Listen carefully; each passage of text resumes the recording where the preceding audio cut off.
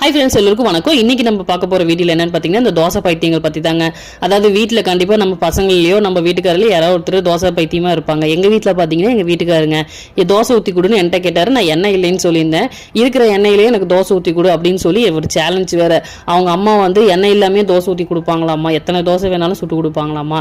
நீ எனக்கு அந்த மாதிரி சுட்டு கொடுப்பியான்னு என்கிட்ட வேற சேலஞ்சு. நம்ம வேற சேலஞ்சில் ஜெயிக்கணுமே அப்படின்னு சொல்லிட்டு நானும் பட்டும் படாமலையும் தொட்டு தொடாமலையும் எண்ணெய் ஊத்தி ஒரு 8 தோசைக்கு ஆட்டம் நானும் ஊற்றி கொடுத்துட்டேங்க.